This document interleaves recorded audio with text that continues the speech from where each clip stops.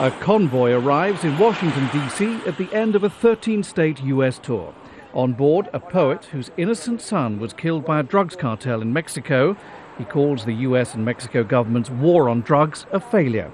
70,000 people have lost their lives in this war. 20,000 people have vanished. 250,000 have been displaced. This war has done more damage to our people than addiction itself.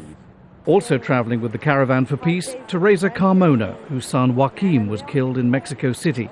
That's all she knows, because the police will only say he was in the wrong place at the wrong time. There is no investigation whatsoever, you know. After 25 months, I'm still hoping that Joaquin receives justice.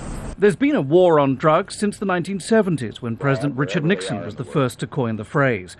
The first national policy chief, the so-called drug czar, was appointed in the early 80s by Ronald Reagan.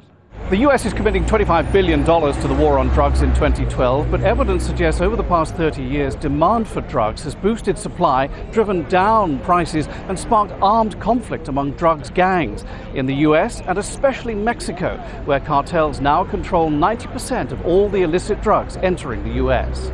It's a federal policy that encompasses more than just drugs. Gun smuggling, money laundering, and immigration are all involved. Some people say the policy is on autopilot. Nobody is making decisions about this.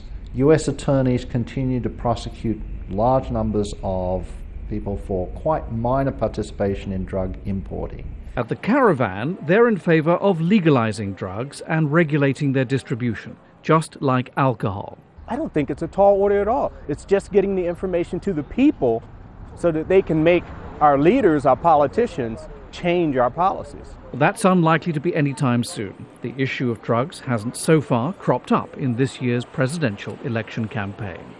John Terrett, Al Jazeera, Washington.